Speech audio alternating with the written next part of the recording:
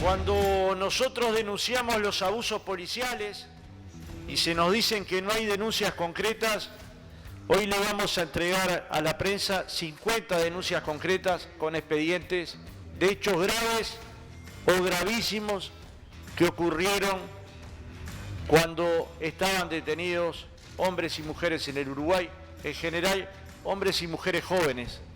Para quienes somos padres, podrían haber sido nuestros hijos o hijas que sufrieran actos de violencia, y así lo tenemos que mirar, como si fueran actos contra nuestros hijos y hijas, porque son hijos e hijas de uruguayos y uruguayas. A veces tendemos a mirarlos como si fueran de otra colectividad por haber cometido un error o por haber cometido un delito, y la violación de los derechos humanos es a todos los uruguayos y uruguayas. Mi apoyo, nuestro apoyo personal a todos los hombres y mujeres policías del país que fueron utilizados injustamente en estos días en campaña cuando nos cuidan a todos los uruguayos. ¿Qué tal? Bienvenidos, buenas noches. Una nueva edición de Todas las Voces con este tema central, Viviana. ¿Qué tal, Daniel? Muy buenas noches para todos, bienvenidos. Y qué día también, ¿no?, para poner este tema sobre la mesa. Sí, han pasado muchas cuestiones. Íntimamente teníamos la convicción de que el policía, aún involuntariamente, los policías, las policías iban a quedar como en ese fuego cruzado porque, aquí mismo lo decíamos, el tronco central de la LUC tenía que ver con temas vinculados a la seguridad.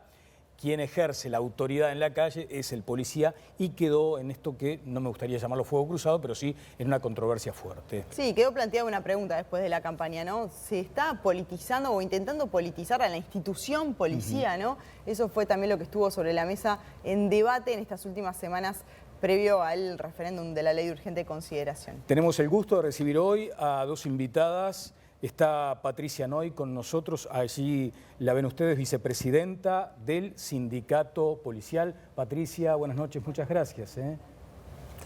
Y por aquí tenemos a Victoria Muraña, de los Defensores de Oficio. ¿Cómo estás, Victoria? Bienvenida. Encantada, muchas gracias. Bien, vamos a estar dialogando de todos estos temas a partir de este momento. Para más adelante, porque hoy hay un asunto casi, digamos, excluyente. Es una fecha histórica, lo decía el ministro de Salud. Este anuncio del presidente en su cuenta de Twitter es el fin de la emergencia sanitaria. En estas horas se está firmando ese decreto y acá en Todas las Voces decidimos hacer un sondeo entre la gente. Viviana. Bueno, tenemos allí el sondeo en la cuenta de Twitter. Estamos planteando, hay más de 5.000 personas con COVID. El Poder Ejecutivo anunció que se levanta la emergencia sanitaria. ¿Qué opina de la medida? ¿Pudo ser antes? ¿Es un buen momento?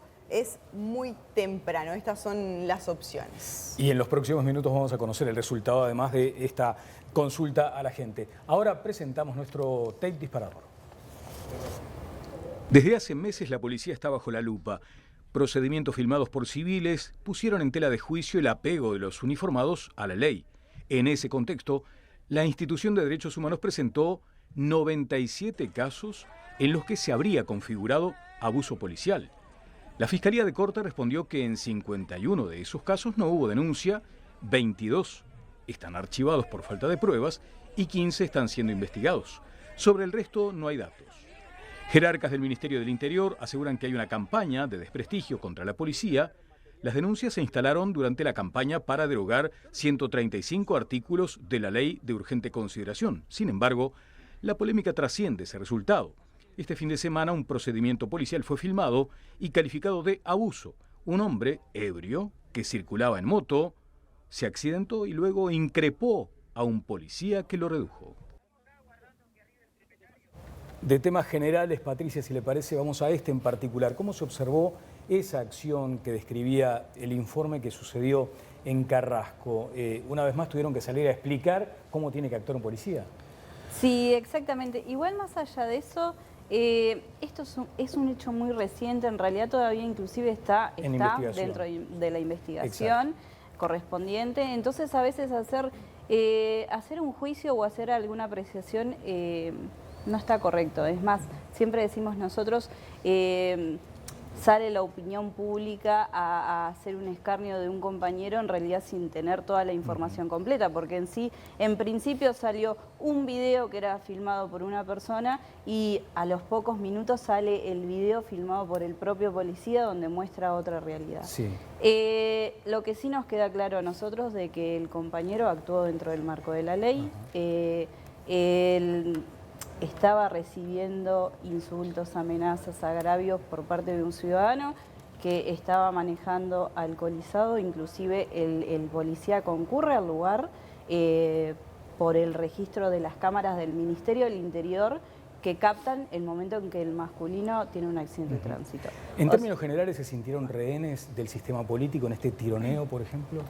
Sí, bueno, no es un misterio de que la policía ha sido tomada como bastión político, pero creo que más que nada la población y los propios compañeros ya han tenido bastante de eso como para que nosotros sigamos enfatizando en ello. Pero ¿cómo crees que queda la institución policía después de esa puja entre oficialismo y oposición en este caso? Obviamente para nosotros es como que es un golpe y es realmente como estresante el tener que estar explicando continuamente, o cuando vemos que hay cierto ensañamiento en la policía, que los compañeros lo toman, más que nada yo voy a hablar desde el sentir del policía, como policía que soy hace 20 años, que uno sale a la calle día a día a cumplir con su función, cuidar de la ciudadanía y solo por el hecho, o sea, de que la seguridad pública es un bastión político, estamos continuamente en el ojo de la tormenta y siempre aparte se le pega al de abajo, porque en realidad siempre el ataque no se dice el ministerio o la institución en general, sino se dice el policía. O sea, y el policía, te referís al policía que está día a día en la calle arriesgando su vida. Institucionalmente, la Defensoría de Oficio también estuvo en este marco con, digamos, controversias asociadas. Ustedes hacen un trabajo, digamos, durante todo el año. En el último tramo de la campaña tuvieron un protagonismo. ¿Se sintieron también rehenes?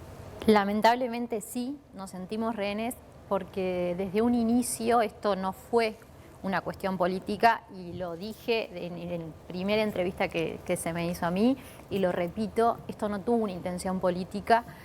Se buscó presentar ese informe en un momento que fuera lo menos conflictivo posible. Conflictivo y político posible. ¿Qué quiero decir con esto? Van a decir, sí, pero estaban en medio de la juntada de firmas, se había terminado justo el momento que se había recolectado las firmas.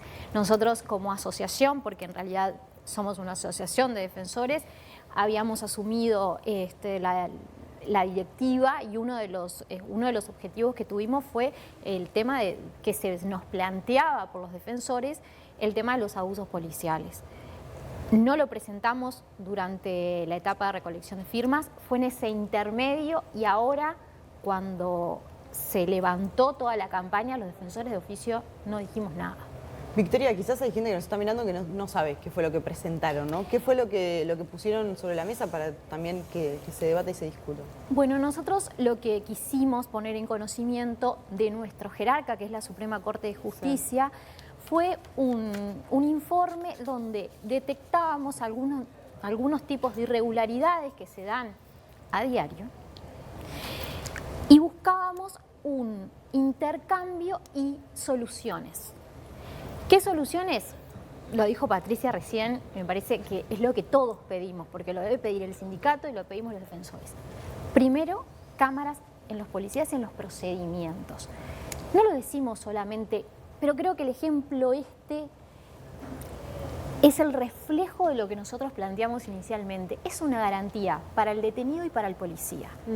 En este caso, que como dijo Patricia, es muy reciente, no vamos a decir qué pasó, porque no nos corresponde a nosotros, pero tenemos a una persona que filma una cosa, ve una cosa y la cámara del policía registra otra.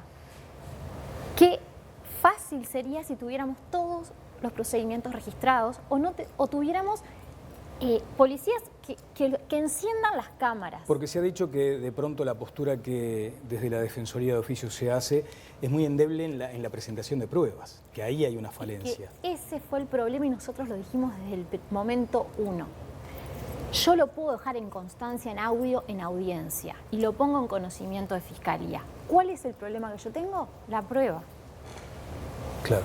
Entonces, pedimos algo que creímos que era lógico y que sabemos que el Ministerio lo implementa. ¿Reclaman ustedes sindicalmente la presencia de la GoPro, como se dice, esa cámara que va en el cuerpo del policía, en el uniforme? Sí, claro, es una de las reivindicaciones que lleva el policía y es lo que hemos pedido al Ministerio. ¿Y la respuesta cuál ha sido? Y bueno, obviamente son cámaras caras.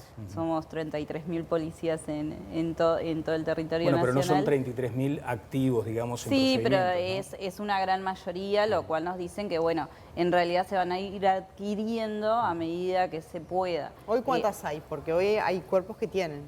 Sí, en realidad, general, los que obviamente más tienen son, por ejemplo, Guardia Republicana en su mayoría, las URPMs, todo más que nada los compañeros, o mismo compañeros cuando están en zonas conflictivas, muchos de ellos, no todos, también van con las GoPro. Bien, claro. Hoy decíamos al comienzo que acá estamos abordando un tema institucional y está el dicho ese que creo que todos lo hemos escuchado siendo niños, no hay que jugar con fuego, ¿no?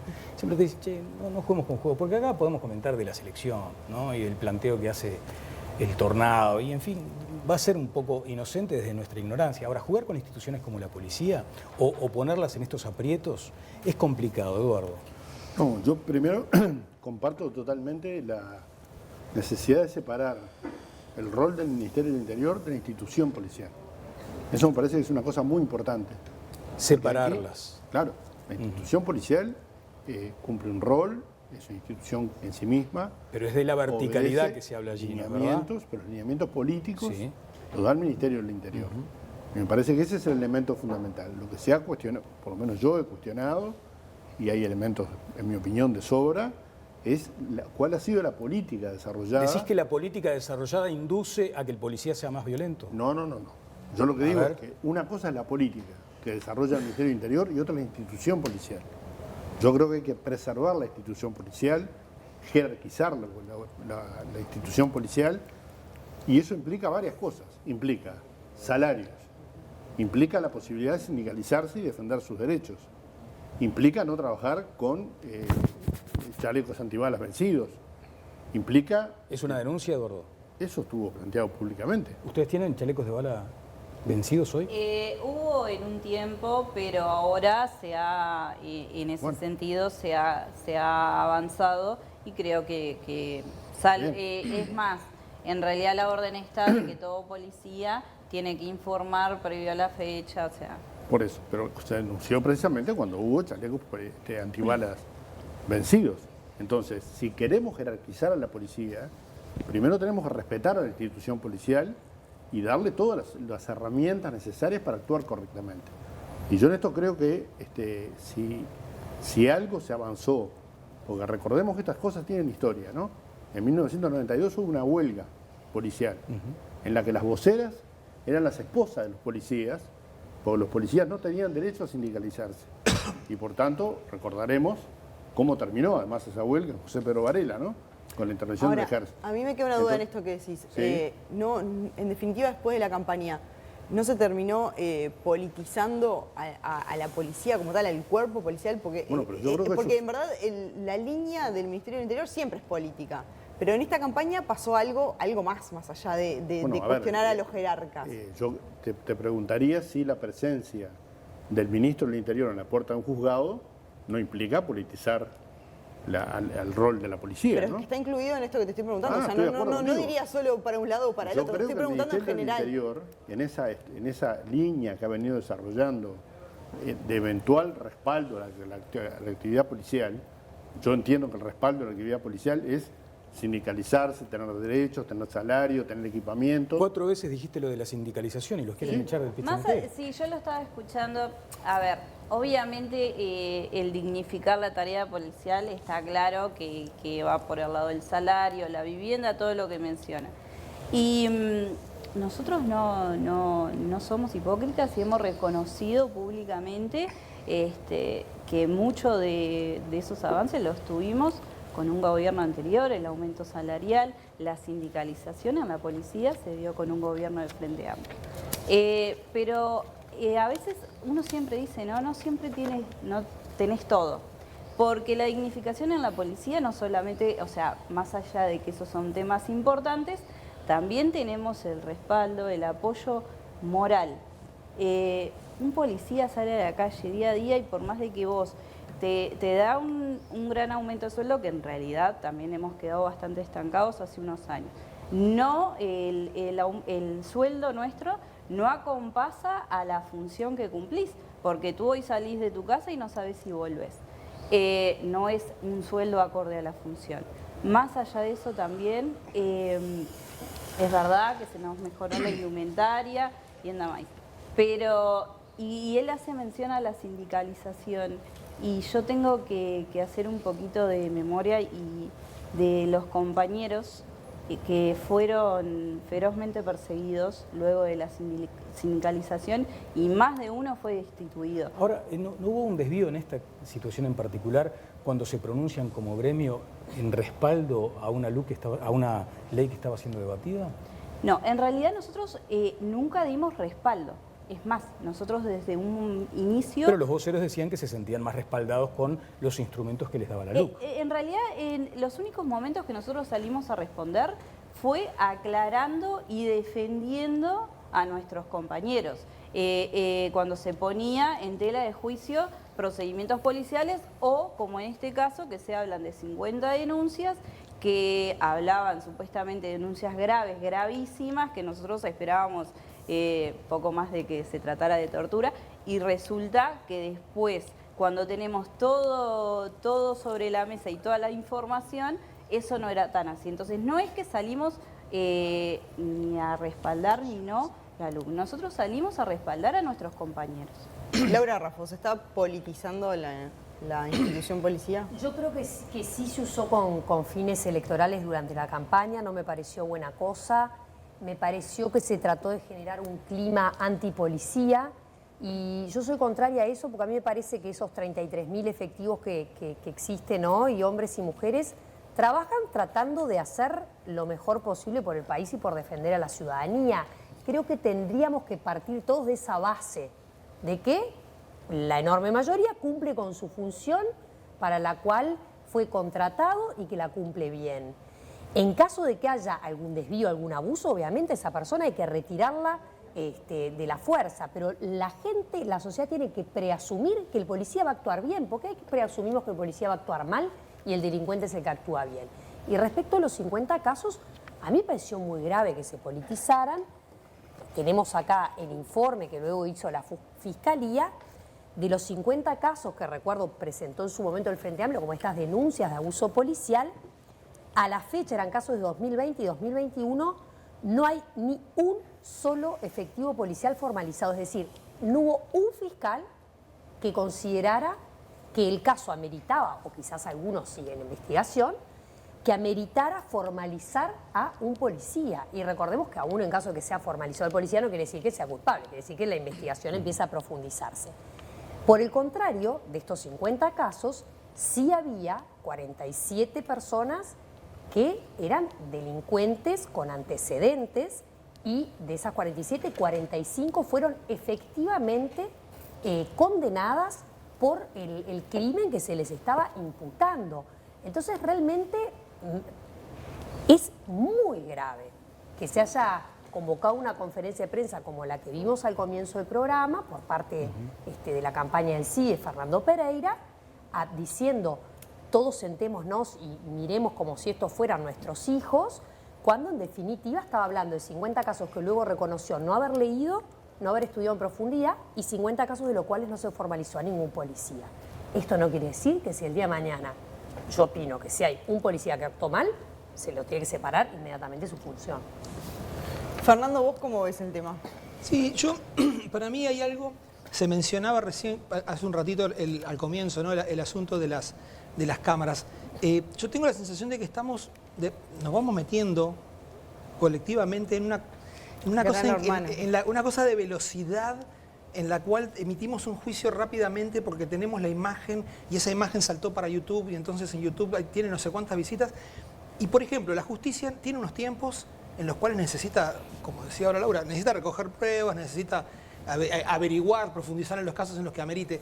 Entonces yo tengo la sensación de que estamos, y eso claro, se ve, esa aceleración en un momento como en el que estábamos hace unos días, con toda esa carga política que había, era aún mayor la aceleración. Y acá no estoy juzgando lo de los 50 casos que se presentaron. Lo que sí me parece que ocurrió es, por ejemplo, en 1920 o 21, no recuerdo exactamente, la institución policial tenía el 65% de aprobación en las encuestas de aprobación. Es una de las instituciones de la democracia que tiene más aprobación, por encima incluso de la Corte Electoral, que es una de las que también tiene una alta aprobación. ¿Qué pasaría, por ejemplo, si después del balotaje, cuando no se sabía cuántos eran exactamente los votos, hubiéramos empezado a gritar que la Corte Electoral cometía fraude y que la Corte Electoral era un organismo? Yo lo que siento es que, por más que, como decía Eduardo, hay que separar las directivas políticas del Ministerio del accionar de la policía, en el griterío eso no queda tan claro y termina siendo una cosa que tironea inútilmente para mí una institución que tiene en alta estima por la población como la policía. Vamos a ir con Pancho, pero antes un brevísimo comentario, Muraña. A la luz de estos datos, de estos acontecimientos, los defensores de oficio además trabajan, como se dice, con chauchas y palitos, ¿no? ¿Pero se sienten hoy aún más debilitados como consecuencia de esto? No, debilitados no. Debilitados no, porque sabemos lo que pasa. No es algo que vamos a generalizar, porque no vamos a decir toda la policía actúa mal, no. Eso lejos de nosotros. Pero yo no voy a negar algo que veo día a día. ¿Y qué es lo que ve? Eso. Nosotros esos hechos, no me voy a meter con las denuncias del Frente Amplio porque no me corresponde. Nosotros ponemos en conocimiento determinadas situaciones que, bueno, a mí se lo digo la semana pasada, la anterior, doctora, no quiero decirlo.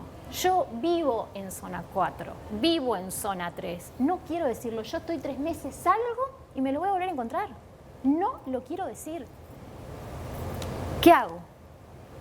El secreto profesional va a estar conmigo y yo respaldo. También hay posiciones que dicen no, entiendo que en la medida que me lo puso en conocimiento, lo tengo que poner en conocimiento. Se generan esas situaciones. Nosotros lo que solicitamos, esas medidas que parece que quedaron en el olvido de lo cual fue la intención y bueno, y se agarró y se politizó, es solamente porque lo queremos probar y lo queremos enfrentar con pruebas, porque si claramente la Fiscalía puede no haberlo investigado, no lo sé. En las denuncias que nosotros presentamos, había una denuncia en particular que la hice yo y el policía terminó formalizado y condenado. Entonces, a mí no me van a decir que eso no pasa. A mí no. Pero perdón, yo no entendí el caso que explicaste. O sea, ¿dónde estuvo allí el accionar por... Una persona me dice, a mí me pegaron la detención... pero esa parte no le dijiste. Claro, estamos... O sea, porque es una situación ¿dónde había sido el abuso o el...? Una persona detenida no quiere denunciarlo, no quiere poner a la policía en denuncia. Efectuar esa denuncia, dice, porque yo vivo en esa zona y siempre están los mismos. ¿Y usaron fuerza física para que lo dijera? ¿Eso es lo que te denuncia? No. Lo que yo digo es que en la detención la persona fue golpeada. La persona no quería ser vista por médico, la persona no quería denunciar la situación y esas cosas se dan todos los días. Ahora, Victoria, tú me vas a decir que sí, que efectivamente hay equidad, pero muchas veces se nota que ustedes tratan con delincuentes, que son aquellos que acusan al policía de maltrato. ¿Cómo resuelven esa frontera ahí? Bueno, eso es lo que a mí me parece que fue muy desacertado en cuanto a lo que informó el Ministerio del Interior. Entiendo que no se puede decir esta persona como es un delincuente y porque tiene antecedentes y finalmente terminó condenada y el policía no, entonces es claro que no pasó nada, porque esa fue la conclusión. Y eso no es así.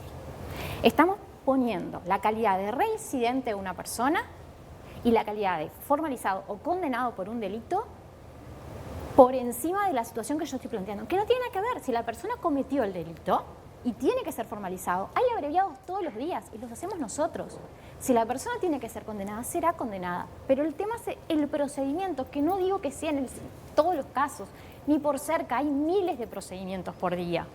Nosotros hicimos un relevamiento de escasos casos si comparamos con la cantidad de procedimientos. ¿Qué lectura tenés de esto, Fabi? Bueno, había un sociólogo que se llamaba Max Weber, del siglo XIX y XX, nacido en 1864 y muerto en 1920, que definía al Estado como aquel que tenía la pretensión del monopolio de la violencia legítima en el territorio. Y nosotros lo que tenemos como problema desde hace muchos años en Uruguay es que cuando las rapiñas, por ejemplo, pasan de 7.000 más o menos en el año 5 a 30.000 en el año 19, lo que estamos teniendo es un problema enorme de que el Estado va perdiendo el monopolio de la violencia legítima. Empiezan a existir grupos, personas que ejercen la violencia, que por supuesto no es legítima, y el Estado empieza a perder esa vocación, esa voluntad de tener el monopolio de la violencia legítima. Uno de los cambios fundamentales que la gente votó en el año 19 es revertir justamente la situación de indefensión que estaban teniendo, sobre todo los más pobres, es decir, sobre todo en Casaballe y no tanto en Pocitos o en Carrasco, para llevarlo a Montevideo, que es además el departamento que peor estaba en ese sentido. Y revertir esa situación implicaba darle mucho más protagonismo y poder a la policía. Poder en el sentido de respaldo moral y protagonismo en el sentido de apoyarla en su tarea. Los resultados fueron muy positivos en el sentido de que se empezó a revertir esa situación de indefensión que se estaba viviendo, no del todo, no perfecta, no estamos hoy en día con los resultados, por ejemplo, que se tenían en el año 14, por decir uno, y en ese sentido entonces el protagonismo de la policía indirectamente tiene un protagonismo político, en el sentido de que está actuando como debe actuar y está teniendo una consecuencia en políticas públicas que, por un lado, satisface al oficialismo y por otro lado, contradice en fin, digamos que la oposición no está conforme en la medida en que las posiciones que ellos tenían, digamos, se perciben como no tan eficientes como las de hoy en día.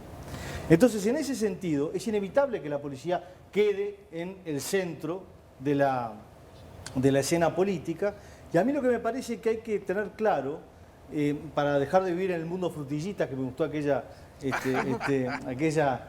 imagen de la semana pasada, es que la violencia convive en la sociedad. Es decir, la violencia es algo que no la podemos abstraer. Y la forma civilizada que nos damos socialmente para justamente vivir con la menor violencia posible es darle herramientas a la policía, que es el cuerpo que toda la sociedad se pone de acuerdo para que efectivamente trabaje con libertad y en orden, o con el orden y libertad, de forma tal de poder a todos garantizarnos una convivencia en paz. Y ese problema es un problema central que estamos teniendo y que por eso hoy en día quizás tenga más protagonismo de la policía, porque justamente estamos revirtiendo una situación que estaba desastrosa en el Uruguay. Bien, nos está mirando desde el Ministerio del Interior, Luis Calabria, el secretario del Ministerio, dice que Interior nunca justificó los presuntos abusos con los antecedentes de los detenidos. Simplemente informamos todo el cuadro de la situación. Digo, porque también es la visión oficial. Sí, yo quería hacer una acotación en cuanto a eso, porque tampoco está bueno que quede como ese miramiento, ¿no? A ver. Por lo menos de parte nuestra, cuando hicimos el comunicado se hizo mención, pero no por un hecho de decir, porque son personas con profusos antecedentes penales, no tienen derechos, bajo ningún motivo y en ningún momento nosotros apoyamos eso. Es un ciudadano legal de este país y tiene todo el derecho como lo tiene cualquier persona. Ahora bien, cuando se dice son casos que pasan diariamente, ¿qué estamos diciendo? Que el policía le pega todos los días a todo el mundo. O sea, no está bueno que quede eso como idea central, porque no es así. Hay a veces lo que nosotros podemos decir, a ver, una persona cuando ingresa detenido, una de las primeras cosas que se hace es tomar un acta donde se le consulta cuál fue el trato policial. Se lo lleva a asistir, se le prestan las garantías. O sea, pero obviamente, y tiene que estar, creo que es más que lógico, que una persona que cometió un delito, fue detenido por un policía, seguramente va a ser condenado y sí, no va a querer al policía y seguramente no va a hablar muy bien del policía. Que no quiere decir, y lo volvemos a repetir siempre, somos una institución de 33.000 funcionarios. ¿Que han habido abusos? Sí, es claro, y no lo hemos negado, inclusive como sindicato lo hemos repudiado y los propios compañeros lo repudian cuando suceden esos hechos. No es la regla en la policía, no quiere decir que lo desconozcamos y que no pase, pero no es asiduo. Bien. Mira, y a mí me surge ahí una pregunta también, porque si realmente cuando un delincuente está frente a un fiscal, si el fiscal realmente ve que esa persona está maltratada físicamente, yo asumo que el fiscal debe tomar cartas en el asunto también, ¿no? Digo, o estamos diciendo que si hay una persona que fue maltratada por un policía, el fiscal no toma cartas. Yo supongo que sí. Si un fiscal ve llegar, me pregunto. Hay que ver si se puso en conocimiento esa situación y si la persona efectivamente... O si es notoria. No, pero digo que frente a algo notorio, ¿no? Ustedes frente a esos casos? O sea, te plantean esto, vos claro, cómo actúas, o cómo actúan los defensores de oficio en definitiva, que si vos decís es una cuestión de día a día, ¿hay algún proceso determinado o en definitiva depende de cada uno de ustedes? No, nosotros lo que hacemos es preguntarle primero si fue reconocimiento médico, que es como dice Patricia, que es un protocolo, si el médico lo vio, porque ese es otro de los elementos que nosotros habíamos puesto en conocimiento, el tema también de los horarios, que la policía los lleva y a veces los devuelven porque en ese horario no se atendía, pasa, y el policía lo pone en el parte policial, que es sumamente correcto. Y uno, al hablar con la persona, puede ser que no tenga ningún tipo de marca, porque no estamos hablando de que todas las personas van a estar sangrando ni nada, ni por asomo planteamos eso. Pero si una persona dice, a mí me pegaron, me duele una costilla, no quiero decirlo, tengo una situación. Otro tema es, yo lo quiero denunciar. En esa oportunidad se pone en conocimiento antes de fiscalía, porque lógicamente trabajamos todos los días, entonces si tenemos una situación de este tipo, se la informamos a la fiscalía para decirle, doctor, mire que yo esto lo voy a poner en conocimiento en audiencia. Claro. Entonces el juez formalmente le pone en conocimiento a fiscalía.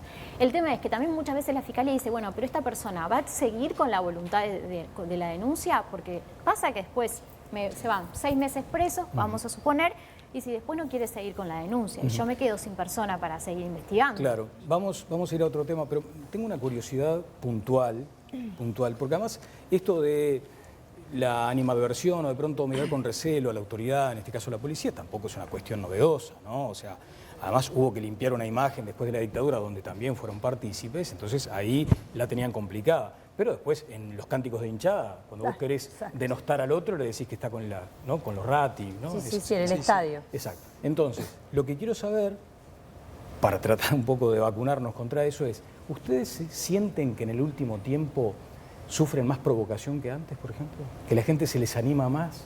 La gente, digo, aquella que quiere sacarlos, ¿no? Si se entiende el término. Sí, mira, es como te decía al principio, yo llevo 20 años de policía, creo que hace 20 años cuando yo entré, y que hay un error de concepto, porque antes se decía, se le tiene miedo al policía, no se le tiene miedo al policía, se le tenía más respeto como autoridad, como un auxiliar de la justicia, que es el que está encomendado a la seguridad pública. Hoy en día es como que se ha hecho rutinario y es más, con los mensajes de contrarios y antipolicía, se ha generado esto de que se puede insultar al policía, se lo puede provocar, salivar, apedrear, romper móviles, sendamais, y que en realidad tampoco ha habido una sanción o algo que digas, bueno, no. Hay que parar con esto. Paremos con esto porque es un servidor público y hay que respetarlo como tal.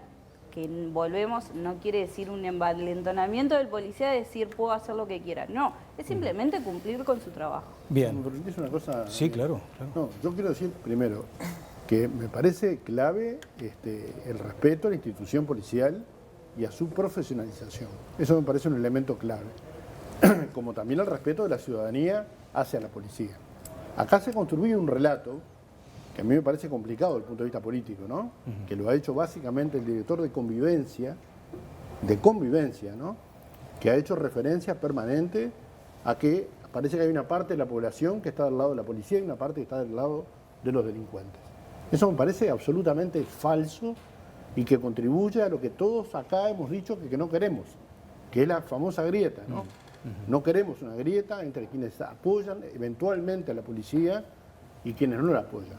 Yo tengo 1000 elementos y me tocó participar directamente en la experiencia de Casaballe, cuando el director anterior de Convivencia era tan tildado de antichorro, todos lo recordamos, o sea que acá el Frente Amplio nunca estuvo al lado de los delincuentes, todo lo contrario, ¿no? Y hoy tenemos un crecimiento de los homicidios y la zona, el segundo lugar donde más crecieron los homicidios es en Casaballe, donde iba a estar la oficina del MIDES, que no estuvo nunca. Entonces quiero decir que del lado del Frente Amplio hay una vocación de profesionalizar a la policía y evitar ese tipo de situaciones, donde también el policía debe saber cómo actuar respecto al ciudadano que tiene derechos, al igual que el policía.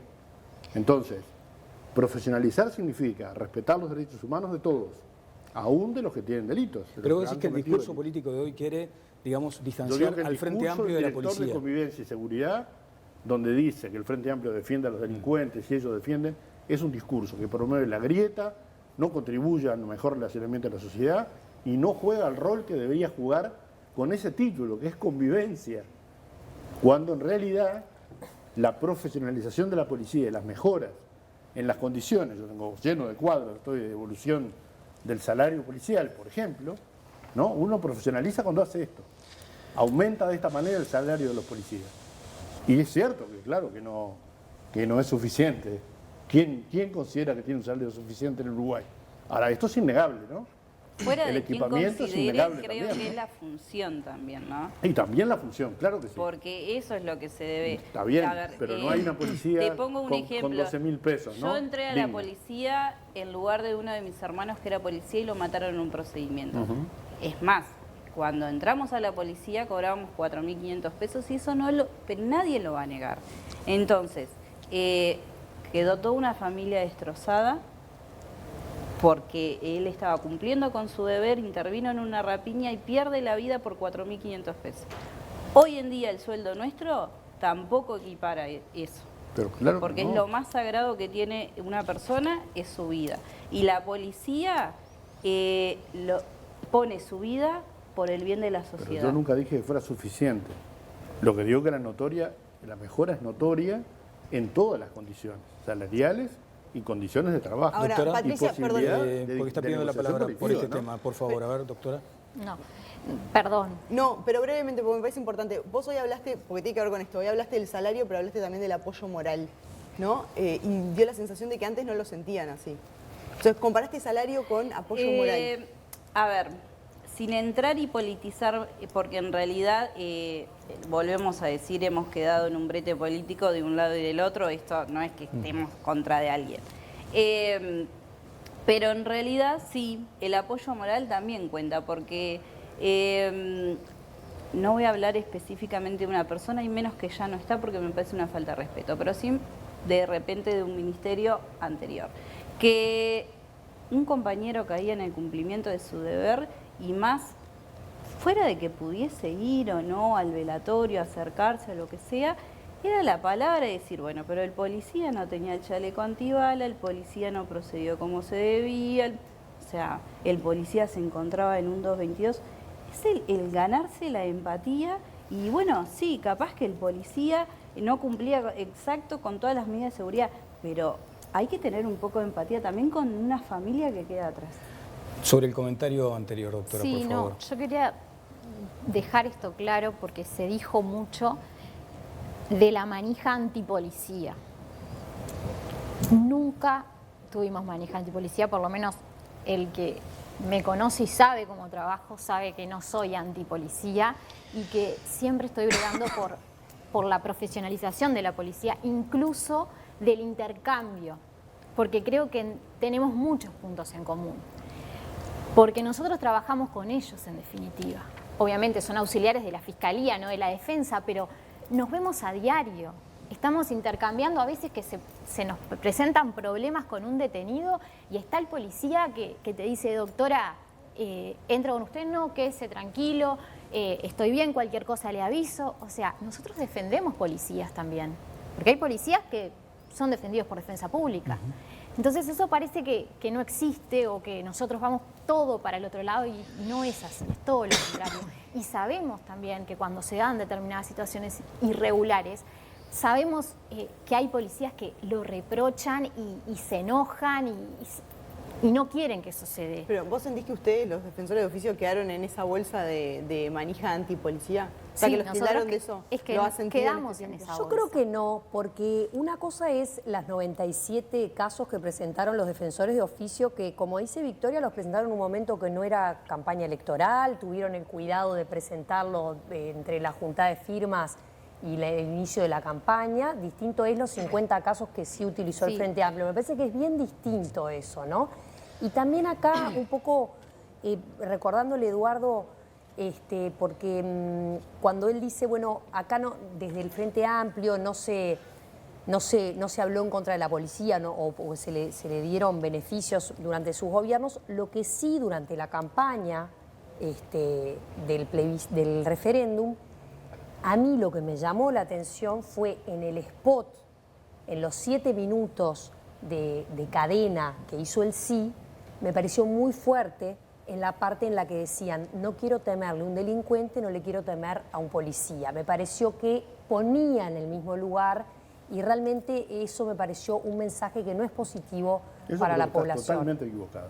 ¿Lo viste el spot? Lo vi el spot. ¿Decía eso? Y creo que esa situación en la cual uno no quiere temerle a un policía ni quiere temerle a un delincuente, pero decía es eso. Correcto. Pero los ponías en el mismo Yo lugar. No quiero temerle ni a ella ni a un delincuente. Uno no quiere temerle a nadie en la vida, Por pero eso, está bien. me parece que en el marco de una campaña en la cual la mayoría de los artículos, lo politizaron ustedes en la campaña de sí. Estamos hablando de 7 minutos de la cadena. Que Santiago González me diga a mí que yo defiendo a los delincuentes. Es falso. Bueno, yo soy Laura Raffo. No, pero Santiago González detuvo Entonces, es un jerarca yo es de lo que te estoy hablando es de un claro mensaje que había en la cadena nacional del sí. Eligieron en la misma frase, en los mismos... No es una interpretación, es una valía. En los mismos 20 segundos decir, no le quiero temer a un delincuente, no le quiero temer a un policía. Yo no quiero temerle a nadie. Bueno, la verdad que a priori, pero ¿sabes qué? La definición de la palabra policía, a priori, no tiene nada negativo. La definición de la palabra delincuente es alguien que delinque. Por lo tanto, lo natural que debería pasar en esta sociedad es que a un delincuente le temas y que a la policía no le temas. Entonces, si la persona que sale a la calle, le teme al delincuente, será con razón. Si le teme al policía, no es con razón. Puede haber un cambio importante ahora con el tema de los allanamientos. Es un asunto que está en debate, que los tendrá también ustedes como protagonistas. Veamos lo que decía Luis Calabria sobre esto. Nosotros como gobierno tenemos una prioridad que es la lucha contra el narcotráfico. Culminamos el año 21 con algunos récord de indagados, récord de allanamientos, récord de bocas de drogas desarticuladas y lo que queremos es seguir mejorando. Y creemos que una herramienta fundamental es el allanamiento nocturno, puede ser la bala de plata contra la boca de droga, lo piden las propias unidades antidrogas de la Policía Nacional y nos parece importante que se vuelva a discutir este asunto a nivel parlamentario. En el caso de la reforma constitucional de Vivir sin Miedo, que impulsamos junto a Jorge Larrañaga, era un paquete de medidas. Había 4 medidas donde una era el allanamiento nocturno. Cuando se medían por separado las medidas, el allanamiento nocturno era una medida que tenía gran aceptación. Pero más allá de eso, la discusión es sobre la necesidad que tiene el país de tener esta herramienta, que la tienen la mayoría de los países del mundo, la mayoría de las policías del mundo tienen este instrumento y se usa eficientemente.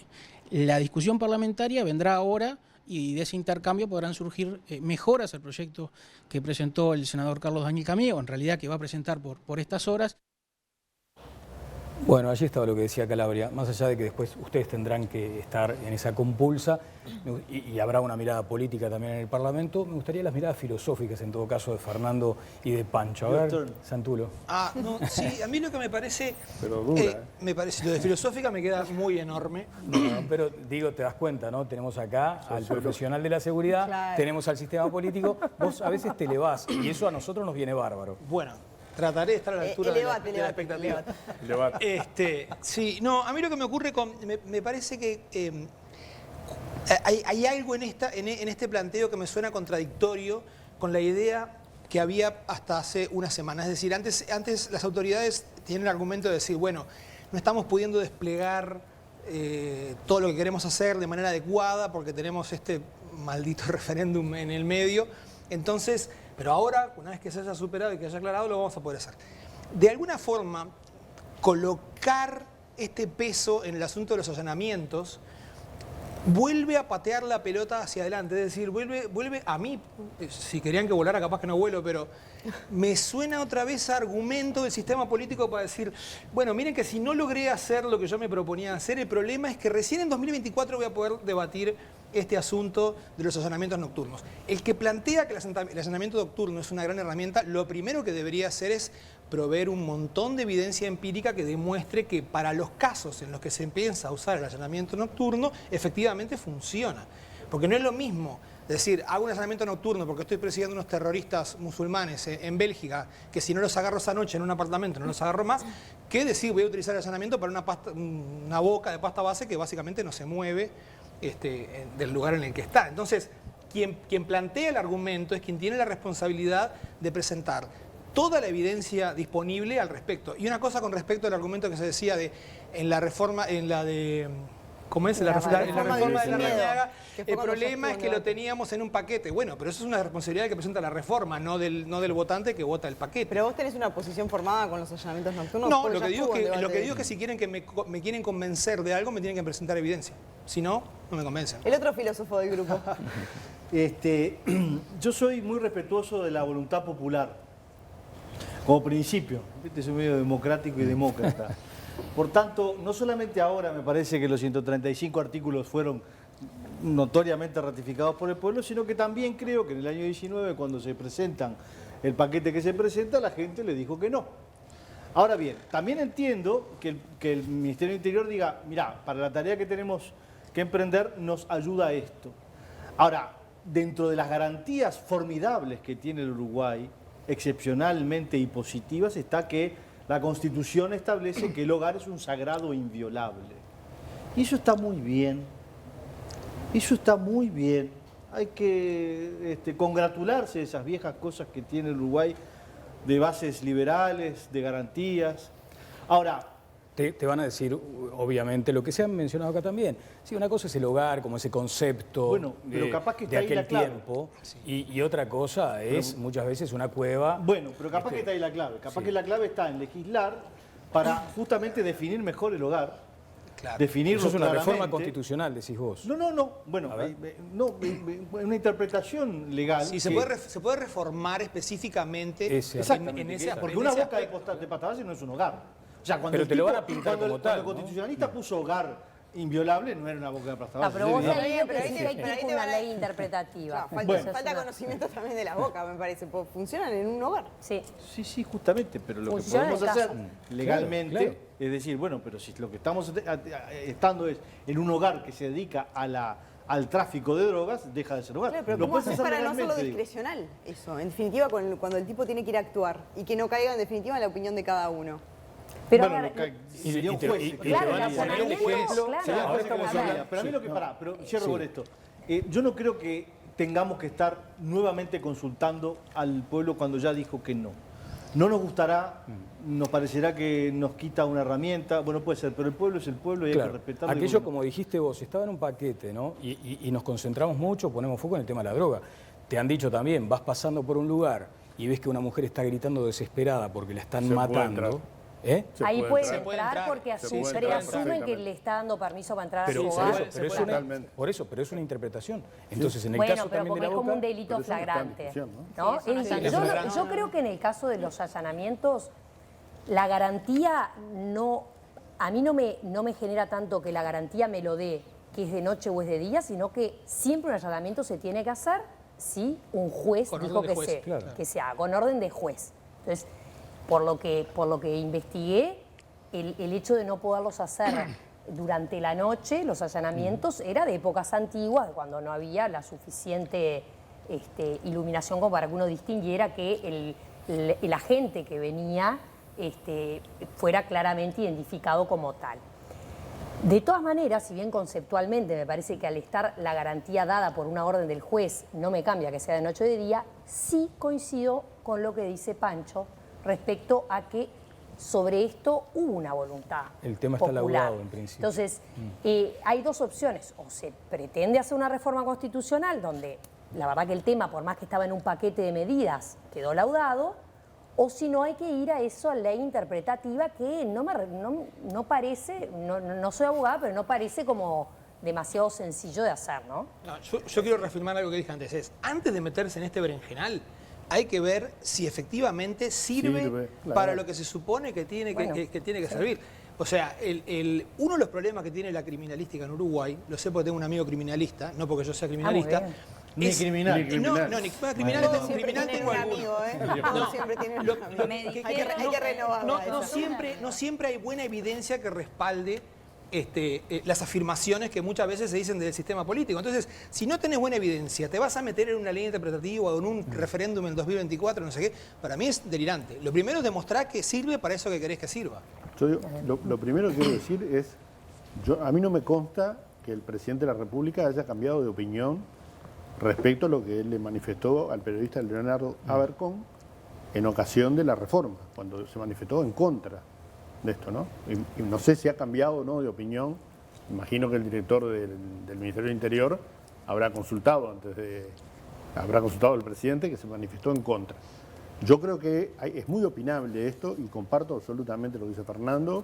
Primero hay que demostrar si esto es útil, si sirve para algo, porque en realidad todos sabemos que cuando uno cierra una boca acá, a los 3 días hay otra boca 2 cuadras para el otro lado, ¿no? Perdón, y a veces en el mismo lugar. Y que hay bocas móviles también, ¿no? ¿Cómo? Que hay bocas móviles también. Transporte Entonces, y demás. acá yo creo que hay que reivindicar la figura de un gran policía que fue Hugo Arteche, director del área vinculada al tema de la droga, donde el foco hay que ponerlo en el narcotráfico. En el gran narcotráfico, no en el micro narcotráfico. Victoria, en un allanamiento nadie golpea la puerta y pide por favor para entrar, ¿no? Bueno. Se acrecienta allí el riesgo de que pueda cometerse de pronto algún abuso en ese fragor. Sin tomar una posición sobre sí o no al allanamiento nocturno, porque nosotros todavía no lo hemos manifestado, lo vamos a hacer oportunamente, consideramos que si tenemos falencias en los allanamientos durante el día, durante la noche, se puede generar situaciones más peligrosas. No solo para los dueños de la vivienda, sino también para los funcionarios policiales. Para los funcionarios policiales. Claro. Los funcionarios policiales no están equipados con las herramientas suficientes al día de hoy y lo reclaman. Entonces, poner la situación de noche, me parece que es peligroso. Por otro lado, no voy a negar que nuestra Constitución ha tenido algunas modificaciones, pero sigue siendo la base de 1830 en ese artículo. Entonces podría ser necesario discutir, y es necesario discutirlo, y somos en América Latina el país que no tiene allanamientos nocturnos. Pero a la misma vez vuelvo a lo anterior. Si no tenemos las garantías suficientes y tenemos allanamientos sin orden, que le decimos allanamientos sin orden, que se llaman las inspecciones voluntarias, es decir, la policía va y presenta y le solicita al dueño de la morada ingresar. ¿Qué pasa a veces? Que esa inspección no es firmada en debida forma, la persona no autoriza. Esas cosas se dan. Entonces, creo que si no tenemos las bases en el día, en la noche la situación se puede complicar mucho más. Hoy en día lo que sucede o los problemas que hay en los allanamientos es eso que decías, que no se... Sí. ¿Qué es lo más común que pasa? Bueno, no le voy a decir como lo más común, pero obviamente el allanamiento ya de por sí es una medida violenta, en su naturaleza, es ingreso a una vivienda. Entonces, no pretendemos que golpeen la puerta, pero tampoco pretendemos que se rompan puertas, que se rompan muebles en busca de cosas. Bueno, ha pasado que han tenido que pedir disculpas, ¿no? Después, por errores cometidos durante el Sí, allanamiento. claro, pero creo que también eso queda a la vista, que, bueno, ha pasado, ha sido público de que de repente se han equivocado de casa por tener mala información o lo que sea.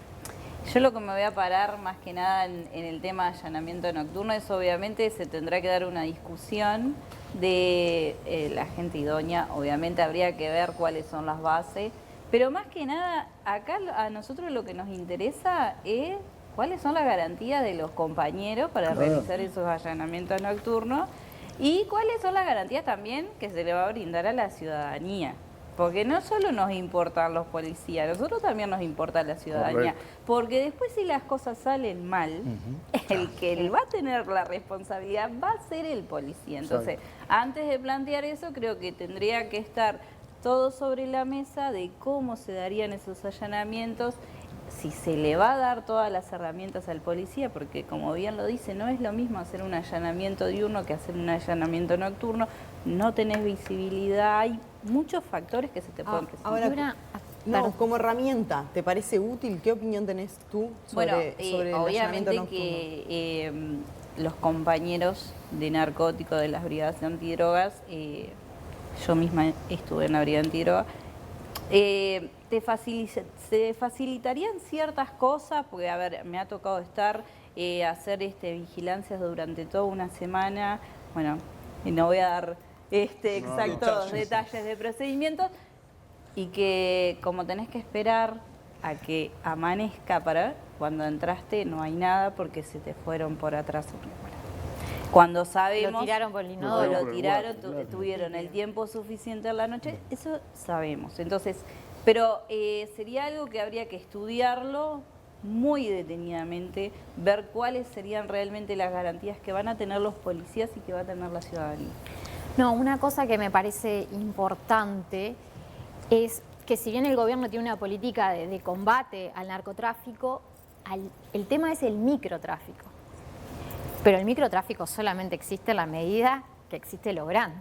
Claro. Y lo grande no lo voy a agarrar en un allanamiento nocturno, lo voy a agarrar cuando sea. Entonces, creo que en ese punto no me gustaría centralizarme solamente en el microtráfico, en las bocas, en el funcionamiento de la noche, cuando necesito atacar lo grande. Si no está lo grande, lo chico no está. Porque cuando llegamos, ella lo podrá decir, se hacen procedimientos y terminamos con personas formalizadas por 100 gramos. Tenemos el tema de las mujeres con ingreso de la cárcel, con hijos. Marihuana a las unidades penitenciarias, que es con cantidades ínfimas, que terminan con una pena de 4 años. Y después tenemos personas que ingresan unas cantidades enormes de cocaína que terminan con penas prácticamente iguales. Y es así. Entonces digo, me parece que no se está equilibrando. ¿Y a dónde está la falla para vos? Yo para mí no puedo decir que sé cuál es la falla, pero creo que hay que atacar más en la parte macro, porque si no, que entiendo que se da, hay que ser lógico, se da en el mundo, es como funciona, pero creo que, ¿qué pasa? Muchas veces, lo comentaban recién, se cierra una boca y mientras estás haciendo la audiencia, la boca está funcionando de nuevo. Yo creo que igual hay que ser cuidadoso con ese concepto porque hay un combate al gran narcotráfico, sin lugar a dudas, ha habido incautaciones muy grandes, pero también para la cotidianeidad y la vivencia del barrio. Yo que recorro mucho los barrios, cuando vos charlás con la gente del barrio que convive con la boca de pasta, el agradecimiento de esa gente una vez que esa boca es cerrada es increíble, porque es cuando dejan de tener el temor de que sus hijos queden en ese entorno. Realmente las madres que hablan de cómo se les cerraron las bocas de pasta en sus barrios te dan cuenta de una historia de vida que estaba muy signada por tener esa boca. Entonces, más allá de que después, por supuesto, puedan reabrir o siempre, lamentablemente, el narcotráfico chico y grande reaparece, me parece que es importante transmitir esa seguridad a las familias, a los padres, a las madres en los barrios. Realmente lo veo como una vivencia muy cotidiana de lo que yo percibo al recorrer. Sí, no tenemos tampoco ninguna solución alternativa a las privaciones de libertad en caso de cuestiones relativas a estupefacientes y no tenemos tratamientos. Entonces tenemos personas que están en consumo constante, terminan vendiendo lo que tienen, terminan comercializando, suministrando, y es un ciclo de no salir. Y la familia desesperada. Nosotros lo vemos y es algo real, es así. Y madres que hasta el último momento están ahí llorando por el hijo, y esto pasó por la droga. Bueno, mirá, yo estuve en 40 semanas durante la campaña y fue impactante lo que nos pasó porque estábamos yendo a visitar y en un momento estábamos charlando con me puse a charlar con una vecina que era flaca, alta, me la acuerdo perfecto, y después de charlar con ella nos quedamos charlando con otros vecinos y de repente vemos a esa misma mujer con un cuchillo en una lucha ensañada con otra, y era que le habían vendido al hijo de ella la boca de pasta de ahí enfrente, le había vendido, ella le estaba diciendo no te metas con los niños. Y cuando volví, que fue varios meses después, esa mujer ya estaba muerta. Entonces, realmente el círculo de violencia que se genera alrededor de las bocas y en los barrios más carenciados es algo muy, muy fuerte y le deja huella muy grande a todas las familias. Sí, barrios carenciados y no tanto también, ¿Sí? ¿no? Conocemos todos historias de madres que salen toda la noche a recorrer buscando ver dónde está su hijo. Estamos hablando de clase media muchas veces. Sí, pero están muy castigados los barrios carenciados en esa materia. Pero el tema corta horizonte. Una consultita brevísima. Esto de la flagrancia, porque además se estableció muy concretamente para el caso de violencia contra la mujer. ¿No hay otro caso, por ejemplo, que ustedes puedan advertir? Porque se había mencionado también que ante una situación vinculada a esto del microtráfico, evidentemente la policía podía actuar y después tenía la justificación. ¿Pero ingresar a un domicilio? No se ha dado. No. Aún en la eventualidad de que estén detectando el tema que si es en un domicilio en horarios de la noche, ya no se puede. Y bueno, salvo que haya una autorización. Judicial. No, una autorización del morador. Del dueño de la casa. Morador. Bueno. Vamos a otro tema, porque hay otra institución que también ha estado bajo la lupa y es la institución de derechos humanos. ¿Se ha politizado? ¿Está politizada la institución de derechos humanos? Sobre este tema habló la vicepresidenta Beatriz Argimón. Y estuvimos también conversando en alguna suerte de devolución que me pareció importante hacerle respecto a algunos aspectos que nos parece que debemos mejorar también en cuanto al vínculo. ¿Por ejemplo? Bueno, por ejemplo, le manifesté algunas apreciaciones que algunos legisladores me trasladaron respecto, por ejemplo, a lo que fue el informe que trascendió en plena campaña de referéndum, un informe que habían dado ya, porque ustedes saben, la institución de derechos humanos vino a la comisión respectiva a hablar de la ley de urgente consideración, la forma en que de alguna manera se traslada a la opinión pública en pleno debate nos llamó la atención. Y también las características del informe que luego fuera puesto a punto por la propia Fiscalía. En primer lugar, si está politizada, sin duda, toda la actividad del Estado es política. Otra cosa que nos digan que estamos partidizados, que respondemos a intereses partidarios. En ese caso, quien así lo entienda, debe hacer la denuncia correspondiente ante la Asamblea General, ya que nosotros estamos sometidos a nuestras obligaciones que están en la ley de creación de la institución de derechos humanos. Bueno, una institución que hay muchos que entienden que también debe revisar sus procedimientos, por ejemplo, Rafa. Bueno, yo creo que es lo que decíamos hoy más temprano, que una cosa fue el informe que hizo la Institución de Derechos Humanos, que se presentó en momentos no electorales, y otra cosa distinto, el uso electoral que después hizo una fuerza política. Entonces, yo no tengo elementos como para decir que se ha partidizado. ¿Pancho o Eduardo? No, yo creo que es una institución integrada por juristas de primer nivel, con larga trayectoria, que en mi opinión dan garantías a todos y de hecho fue votada por unanimidad en el Parlamento. No, me parece horrible que la institución esta yo la cerraría. Estoy hablando en serio. Claro. Sí. o por lo menos le bajaría de 5 a un solo, o lo haría con porque te acordás que también hay una Secretaría de Derechos Humanos en Presidencia. Sí.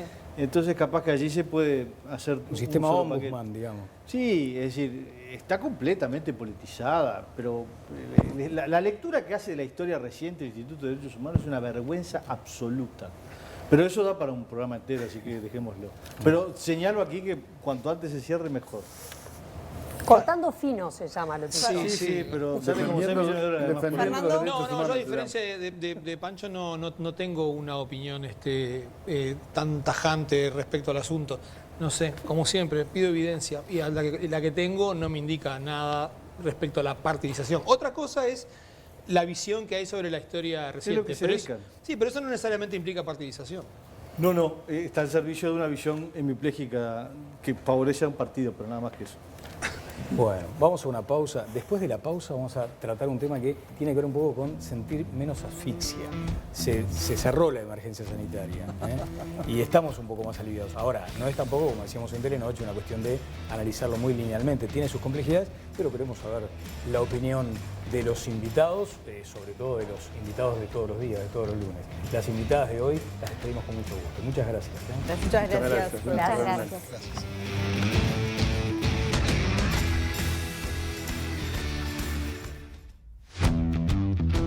Bueno, seguimos ya en el tramo final con lo que les decíamos. Hay como una sensación de que dejamos atrás. Es un día histórico, lo dijo el ministro de Salud Pública. Hubo un anuncio del presidente, un anuncio a través de su cuenta de Twitter, lo que hemos en algún momento mencionado acá también, ¿no? Esas formas novedosas de comunicar decisiones importantes. Y después sí, viene todo lo que tiene que ver con ese decreto que se firmará, donde se pondrá los puntos sobre las IES. En principio, cesa la emergencia sanitaria a partir de ese decreto que será enviado. 2 años y 22 días después, ¿no? O sea, pasó mucho en este tiempo. Y también eso se vio reflejado en hoy, ¿no? Hoy a la tarde, mensajes de WhatsApp en el trabajo, en el supermercado. Bueno, ¿qué implica esto, no? ¿Puedo dejar el tapaboca? ¿Qué implica esto? Y es la pregunta que, bueno, el ministro de Salud Pública, Daniel Salinas, después lo explicó un poco más, pero claro, hay cuestiones que todavía deben de ir aclarándose y seguramente llegarán con el correr de las horas. Exactamente, hay también una voluntad del Poder Ejecutivo en todavía mantener algunos respaldos a los sectores más vulnerables, pero se entiende por otra parte que con esta medida se activan los salones de fiesta, los aforos a las salas de teatro, los espectáculos. Vamos a este sondeo que planteó todas las voces a ver qué opina la gente de este preanuncio.